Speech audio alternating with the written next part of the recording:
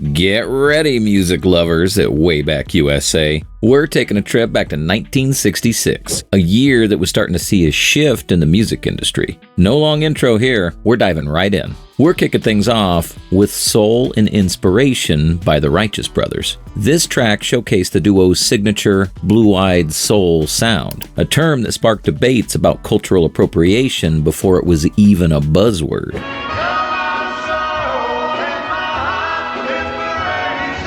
Some argue it was a groundbreaking fusion of styles, while others see it as a case of white artists co-opting black music. Whatever your take, there's no denying the raw emotion in Bobby Hatfield and Bill Medley's voices. Here's a fun fact. Phil Spector, the infamous producer known for his wall of sound technique, was originally supposed to produce this track. However, the brothers decided to go it alone, proving they didn't need Spector's magic touch to create a masterpiece. Take that, modern artists who can't even hum a tune without a team of producers. Next up, we've got Monday, Monday by the Mamas and the Papas. This song perfectly captures that dreaded feeling of the weekend ending, something I'm sure many of you can relate to. Monday, Monday,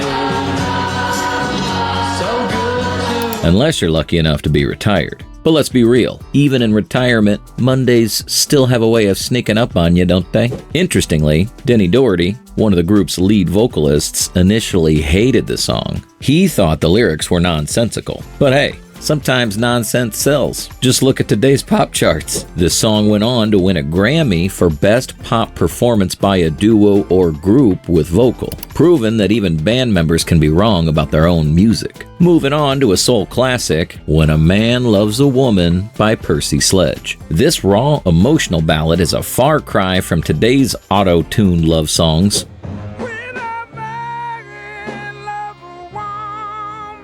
Sledge's powerful vocals make you feel every word, unlike some modern tracks where you can barely understand what they're saying, let alone feel it. Now, here's where it gets interesting.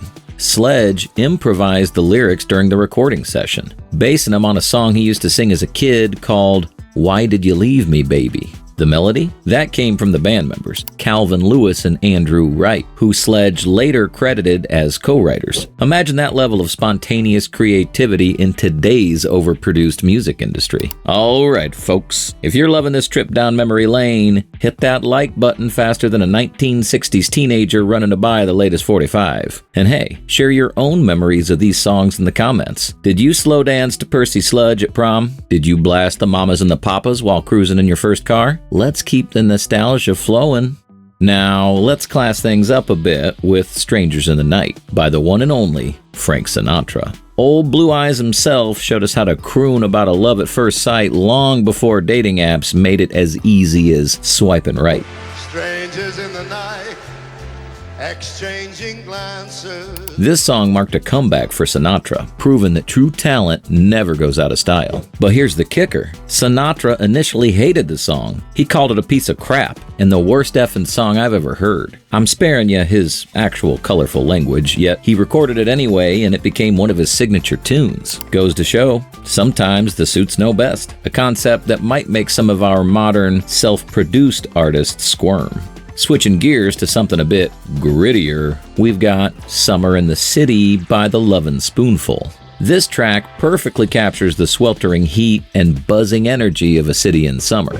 Hot town, summer in the city, back of my neck getting dirt and gritty. It's a far cry from today's summer anthems that seem to only focus on partying and beach bodies. Here's a cool tidbit. The song features actual city sounds, including a jackhammer and a car horn, making it one of the earliest examples of sampling in pop music. Take that, hip-hop. The Lovin' Spoonful were pioneers long before sampling became the backbone of entire genres. Next up is You Can't Hurry Love by the Supremes. This Motown classic showcases Diana Ross's silky vocals and the group's tight harmonies. Someone call mine, but mama said you can't hurry love. No. It's a song about patience in love, a concept that seems almost quaint in today's world of speed dating and instant gratification. Interestingly, the song's rhythm was inspired by Come See About Me, another Supremes hit. The songwriters, Holland, Dozier, Holland, weren't above recycling their own ideas. But when the ideas are this good, who can blame them? It's certainly better than the endless stream of cookie-cutter pop songs we're subjected to these days. Moving on to Cherish by The Association. This sweet love song might seem tame by today's standards, but it was actually considered too sexy for some radio stations back in '66.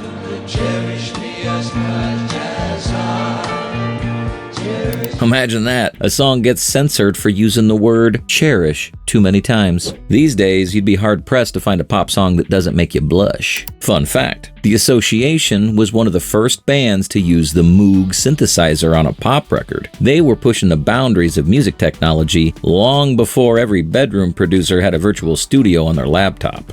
If you're enjoying this blast from the past, don't keep it to yourself. Share this video with your friends faster than the news of the Beatles' latest album spread in '66. And hey, tell us in the comments which of these songs would you put on your ultimate '60s playlist. Let's settle the debate once and for all. Now, let's groove with Reach Out, I'll Be There by the Four Tops. This Motown masterpiece showcases lead singer Levi Stubbs' powerful, emotive vocals.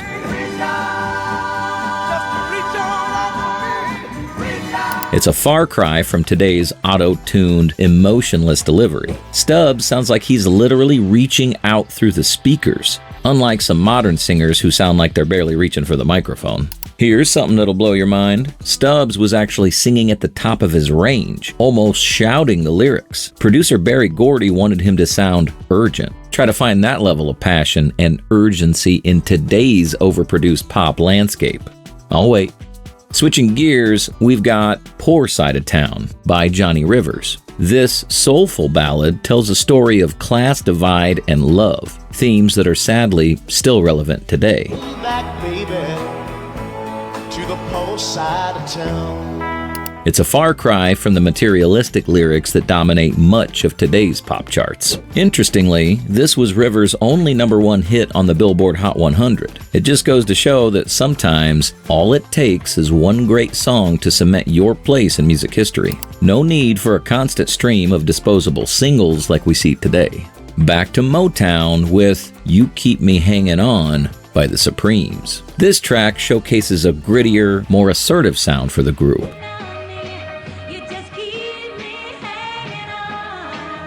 It's a song about breaking free from a toxic relationship, a theme that resonates just as much today as it did in '66. Here's a bit of trivia for you. The distinctive guitar intro was played by James Jamerson, one of the unsung heroes of the Motown sound. He played on more #1 hits than the Beatles, the Beach Boys, the Rolling Stones, and Elvis Presley combined. Now that's what I call a session musician. Speaking of the Beach Boys, let's talk about Good Vibrations. This psychedelic pop masterpiece was light years ahead of its time. I'm picking up good vibrations. She's giving me. Brian Wilson's innovative use of unconventional instruments and studio techniques set a new standard for what pop music could be. Did you know that Good Vibrations took 6 months and 4 different studios to record? It was one of the most expensive single songs ever recorded at the time, costing around $50,000. That's equivalent to about $400,000 today. And people say today's music is overproduced. If this video's got your good vibrations flowing, don't forget to subscribe faster than Brian Wilson can lay down a harmony. And hey, we want to hear from you. What's your favorite musical innovation from the '60s? The Moog synthesizer? Multi-track recording? Let us know in the comments. Now, let's round off our list with a few more classics. I'm a Believer by the Monkees was actually written by Neil Diamond. It's a perfect example of the power of a catchy hook, something that seems to be a lost art in much of today's music. Then I saw her face. Now I'm a believer. Here's a shocking fact. The Monkees didn't play the instruments on this track. It was performed by session musicians known as the Wrecking Crew. Scandalous, right? But before you cry foul, remember that this was common practice back then. At least they weren't lip-syncing on TikTok. Let's strut over to These Boots Are Made for Walkin' by Nancy Sinatra. This feminist anthem was way ahead of its time, showcasing a strong, assertive woman who's not afraid to stand up for herself.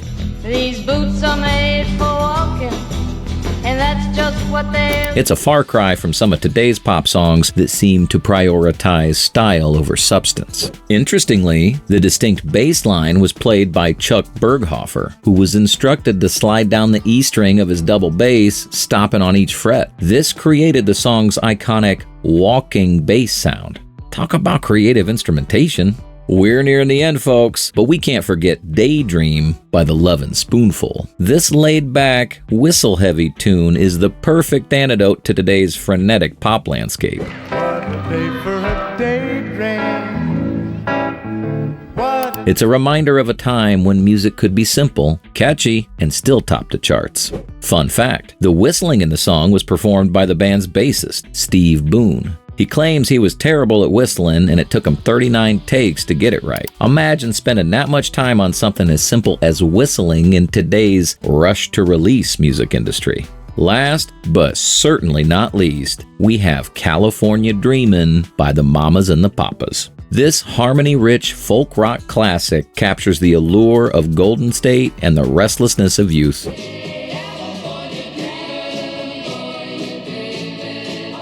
It's a far cry from today's geographically inspired songs that seem to focus more on clubs than on actual places. Here's a bit of trivia to wrap things up. The song was written by John and Michelle Phillips on a cold winter night in New York City. Michelle was homesick for California, proving that sometimes the best art comes from a place of longing and nostalgia. And there you have it, folks, a journey through the #1 hits of 1966. It's clear that this was a year of innovation, emotion, and pure musical talent. Sure, we didn't have fancy production software or auto-tune, but what we lacked in technology, we made up for in raw creativity and skill. Remember, if you want to keep up with our next videos, be sure to like this video, hit the subscribe button, and don't be greedy. Share this with your friends. Hey, thanks for being here, and peace out.